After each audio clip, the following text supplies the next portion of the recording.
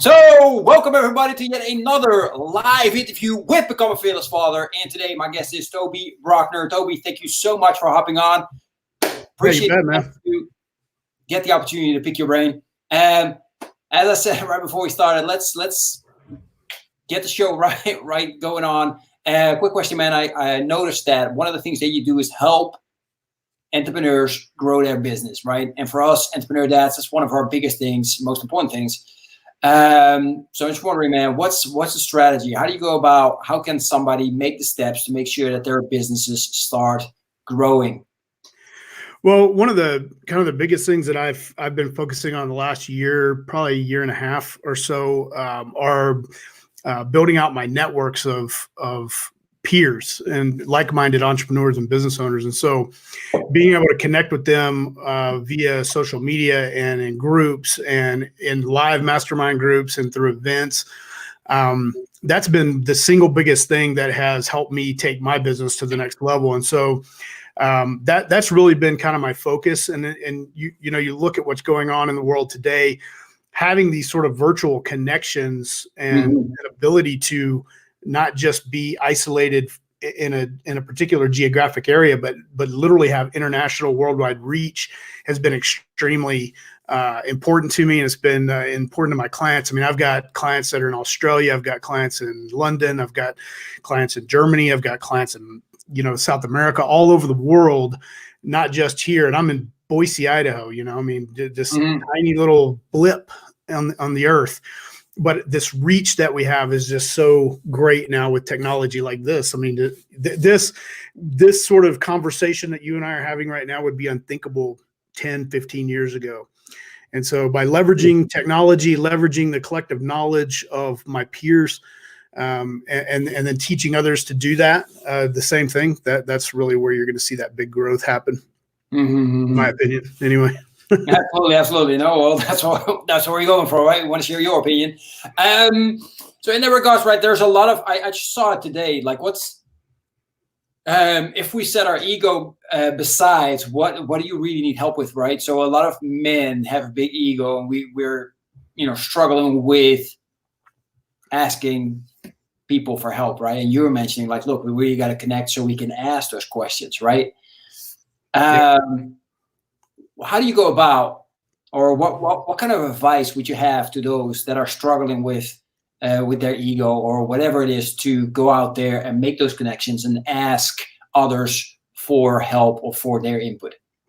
Well, I think just being aware of it is the first step. I think the flip side of the ego coin is insecurity, and I think a lot of us are coming at this from a place of insecurity. We're men. We're supposed to have the answers. We're supposed to be the ones who take charge and make things happen. And if we don't have those answers, we don't have the path, because nobody really does. We all think we do, but dude, everybody on earth is winging it. Everybody is winging it, and so. The first thing is to kind of step back and realize that you don't know everything. I mean, I was watching, have you seen the movie Forrest Gump? Yes, sir. So the book, I don't know if you've read the book. No. But the book is way different than the movie. And there's no way they could have crammed everything in the book into the movie. But in the book, Forrest Gump is what they call an idiot savant. He has a 70 IQ.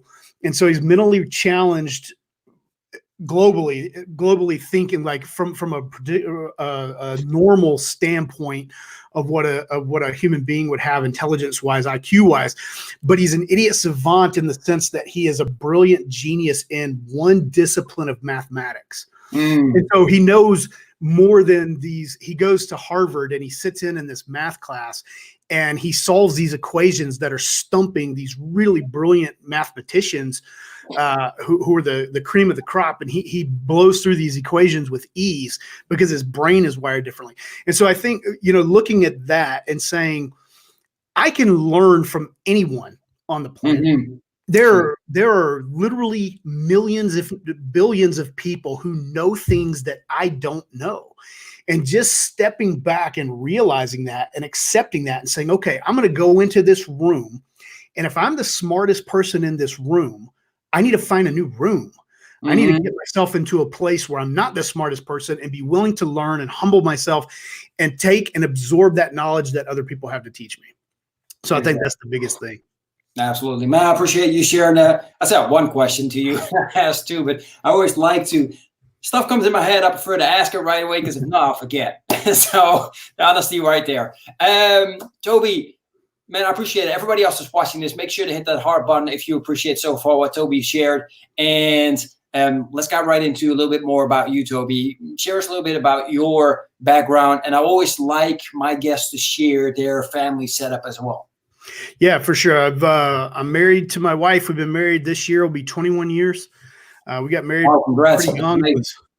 Yeah, we were 21 years old when we got married. So this year will be number 21. And two kids. Bo is 16. My daughter Scarlett, she's 14. I grew up in Louisiana. And then came out here to go to college. Came out here to wrestle. Met my wife in college, and she's from Boise, and we ended up settling here. But that's kind of where I came from. When I left college, I started a marketing agency before I really knew what a marketing agency was. What I was doing was I was selling insurance and annuities and financial planning services, and I set up a little marketing arm to go and get new clients. And what I found was that I was getting too many clients for me to handle. I was getting too many leads that I could personally handle. So I started selling those to other insurance agents around town. And I made more money doing that than selling the insurance. And so I pivoted to marketing, and that's kind of where I got into it. And I've been doing that for about the last 15 years or so until earlier last year. I kind of went in a different direction because of the experiences that I had in some high-level coaching programs and things like that. I wanted to figure out a way to expand that, and that's when I created the company that I'm running right now called Repurpose Initiative. But it's been a good 20-year journey to now. So, yeah. All right. You mentioned it. I thought that's a great moment to share real quick the website as well for those that are watching, listening. The link is in the comments section and in the description section. So make sure to check that out. Yeah, appreciate that. Absolutely, man. And I appreciate you for sharing a little bit about your background. And to be honest, keeping it short. I know it sounds weird, but I had somebody come on and then I asked them one question. I asked them about them. And then 25 minutes later, I had to say, and that was the show, people. So thank you. So I appreciate that. Let me ask you, Em, what's your philosophy on success? Philosophy on success, I think it sort of loops back to what we were talking about a little bit earlier, and just humbling yourself and understanding that you don't know everything, and that we all have a lot to learn, and that we all have a lot to absorb from others. And if we can keep that open mind and say, okay, I'm going to go into this thing with the understanding that I don't know everything, but I'm going to work my hardest, and I'm going to hold execution above strategy. Even I would take highly executing at a very high level with a mediocre strategy over a really great strategy with no execution any day of the week. And so I think a lot of success, what we term as success, comes from sheer determination and grit. And I don't know that a lot of us have the stomach for that. It's easy to want the juice without the squeeze. You know what I mean? It's easy to say you want to be an entrepreneur, say you want to own a business or whatever it is, but it's another thing to put in the work to do that. And I think that's what's missing in a lot of companies right now, particularly now. They start looking at these things, the way the economy is going right now, the way this whole pandemic thing is affecting everyone, and they are having trouble. I mean, they're going out of business, and my heart bleeds for them and I empathize, but a lot of it is because they weren't doing the right kind of work leading up to this point. And then again, I guess nobody was expecting something like this to happen. No. And to be fair, none of us were. We all got caught, but that's why it's so important that we take as much from this experience as we can so that we can protect ourselves in the future going forward. True. Yeah, it's surreal here in It is. Spain. I mean, we're locked down, so we can't even go outside. Like, at least I've seen in America, you can still go for a walk. We're not allowed to do that. Our kids have been inside for 3 weeks now, and man, they're going getting very Lord of the Flies-ish over there, I'm sure. Yeah, man, it's going a little crazy. They're like the bouncing ball. Like, what was that movie called? Flubber? Yeah. Woo! Yeah. So, man, talking about kids, right? In your opinion, what makes an amazing dad? I think, just the willingness to be a dad, for one thing, and because there's so many, I come from a generation where I really can't remember connecting with my dad on any meaningful level. Like, we never went out and played catch. We never, to be fair, he went to every one of my sporting events. He was always there for me that way. But I don't ever remember him helping me with my homework or asking me what's your favorite color or anything like that. And I think it's not the big things, Klaas, that we do. It's all the tiny little things. It's like death by 1,000 paper cuts. It's never the one big thing. Oh, I'm going to be a father by doing this big thing. It's, what did you ask your kids, how are you doing today? Did you eat dinner with them? Did you do, all of these tiny little bitty things that add up and have a cumulative effect on their lives. And they may not appreciate it right now. I mean, I've got 2 teenagers and we're going through that right now where they hate my guts for the most part, most of the time, but it's because they just don't understand yet what I actually am doing for them, and that it comes from a place of love and wanting them to have a good life, Exactly. Yeah, I'm not there yet. They're 4 and 6. Yeah, get ready, buckle up. So yeah, man, we'll see how that goes. We'll see how it goes. So from that, man, how do you make sure now, especially with everything that's happening around us, how do you make sure that you're still winning every single day, both in life and your business? Well, I mean, it's hard, and you got to take the wins as they come. And again, it sort of boils down to looking for, it doesn't have to be these huge things. I don't have to have these huge wins every single day to call my life a success. Take the big wins as they come, but it's the triumphs in the small little things, Did I fulfill my commitment to a date night with my wife this week? Did I fulfill my commitment to sitting down and connecting with my kids one-on-one this month? So again, I think for me personally, it's a cumulative effect of all of the little bitty things over time that add up that we deem as success. So we can, to use a baseball analogy, you can strike out times and if you're batting 300 and you're hitting home runs, you're still going to go to the Hall of Fame. Even though if you look at it from a global perspective, he was only successful 3 out of 10 times. That can be a huge success if you look at it through the proper lens. Exactly. I like that. Since we're talking about date night, or I heard you quickly popping it in there, and you just mentioned you're married for 21 years. I'm married now 8 years, and I always love to talk to people that are married 15, 20 plus, because they've been through it absolutely all. Can you share, like, what else besides date night is some of the things that, are adding to, going to that 25 years and 50 years and, married? Yeah, I smile and nod a lot. That seems to help. Just not arguing. But no, I think in all seriousness, I think part of what, honestly, if I had to point to one thing, it's just the unwillingness to give up on the relationship. That's it. It really boils down to that simply. I mean, I was in a group the other day and somebody was talking about their wife did this or that. And the guy said, I would, if she isn't on board with this thing, you should consider leaving her. And it was like a very minor thing. And I'm like, you're going to give up over that? Like, that's what's going to make you give up on a relationship of 10, 20 years. And so I think very early on in our marriage, before we were married, even, and it solidifies itself over time, but the underpinning emotion that I had since the beginning was, I am not divorcing you. You might divorce me, but I am not giving up on this relationship regardless. I am going to do everything it takes. And to her credit, she is very patient with me. I'm not an easy guy to live with. Very understanding, very willing to improve our relationship. So we're both on the same page that way. And I think that helps. Now, obviously divorce is necessary in some cases, particularly if there's some sort of physical or emotional abuse involved. But for the most part, a lot of times when I see even friends of mine who are going through divorces, I'm not happy anymore. And I'm like, bro, get in line, man.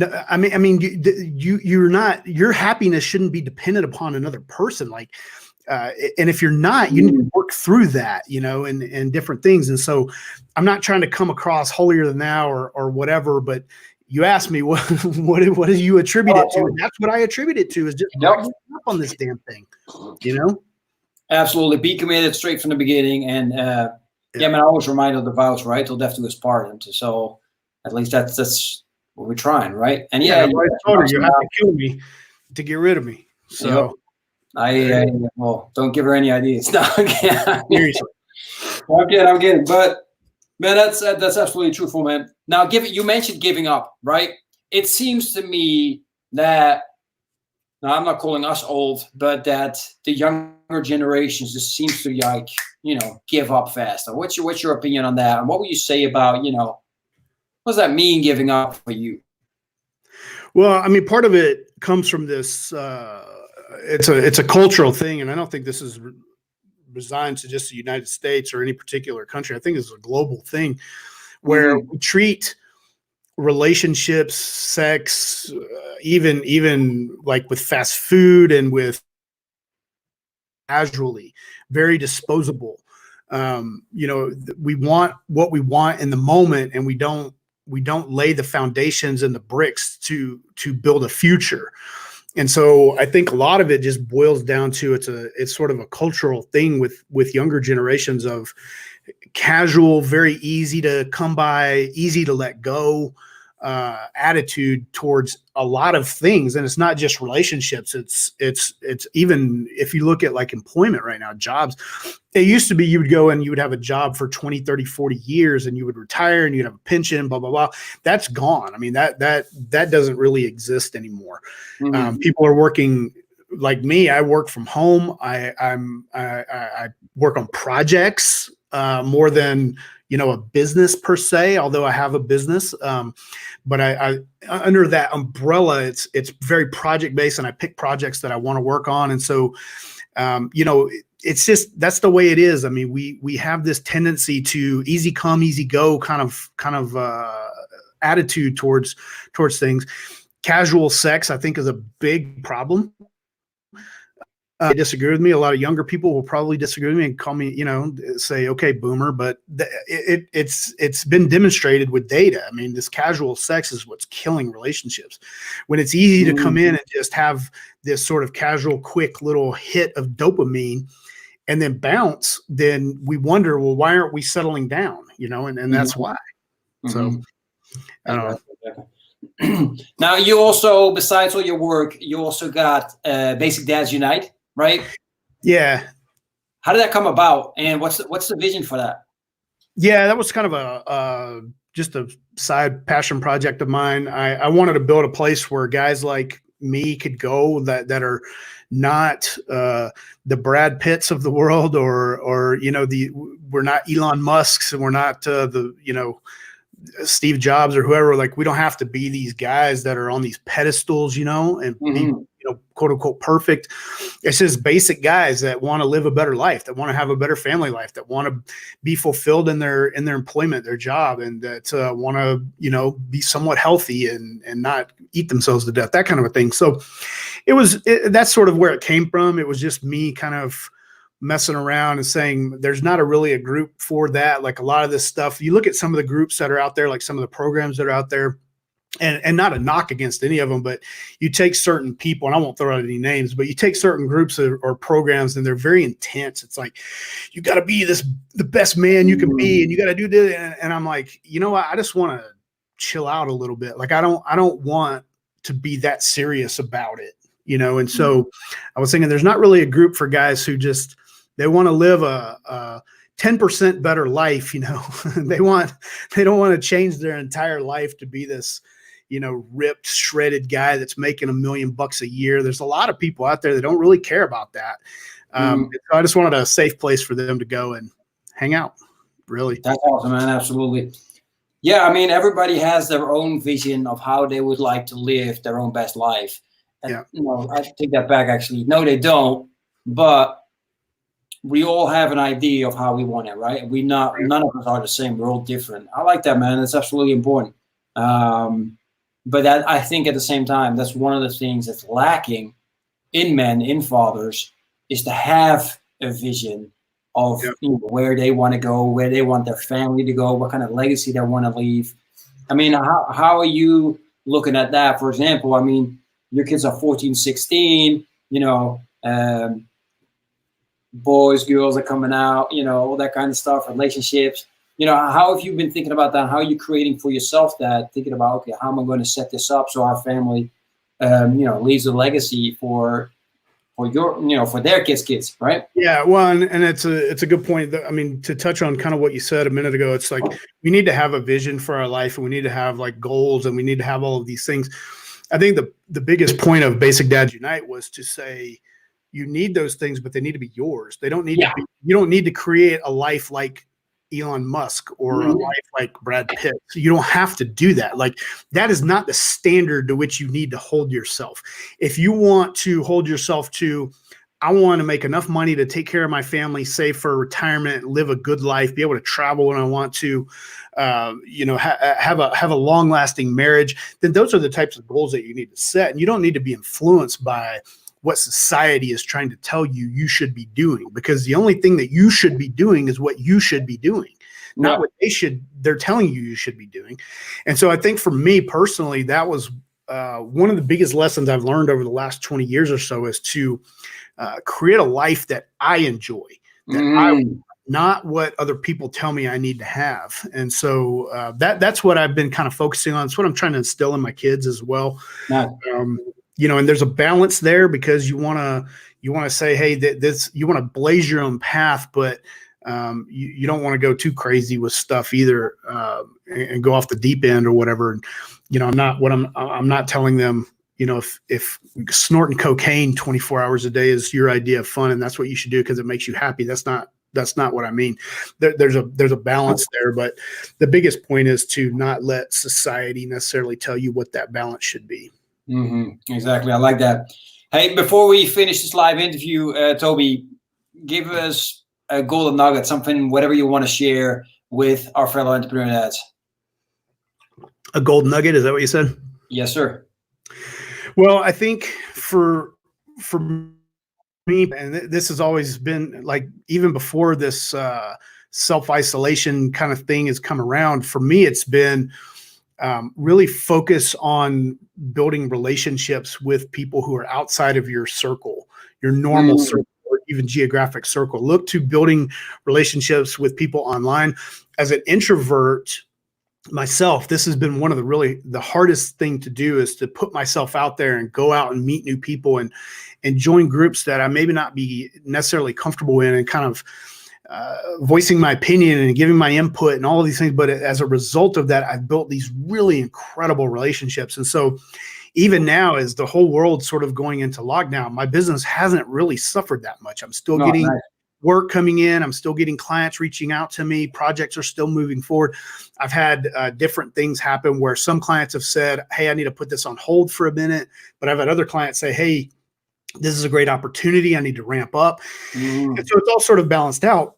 But none of that would have come had I not built these relationships before this all happened. Exactly. And so I think the biggest piece of advice that I would give someone, not just in today's environment, but in any environment, is to make yourself available to those around you in a virtual sense, not just in your geographic area. Absolutely. Absolutely. Love that, man. That's great advice. Thank you so much, Tobe. Tobe, besides your website, repurposeinitiative.org, what are other great ways to connect with you, ask you questions, follow you, and all that good stuff? Yeah, I'm on Facebook. It's just my name, Tobe Brockner, on Facebook. I'm pretty open to friend requests, so if people want to find me there. I'm on Instagram as well, LinkedIn, same name and everything. But yeah, those are the biggest places that you can find me, and happy to connect with people anywhere. That's awesome, man. That's fantastic. Tobe, again, thank you so much for taking the time to hop on. Really appreciate it. Everybody else, thank you for watching. make sure to show some appreciation for us and put that heart button and share this with your friends if you thought there were some golden nuggets in there that they could learn from as well. Have an amazing day, and we will talk to each other very, very soon. Take care, everybody. Bye-bye.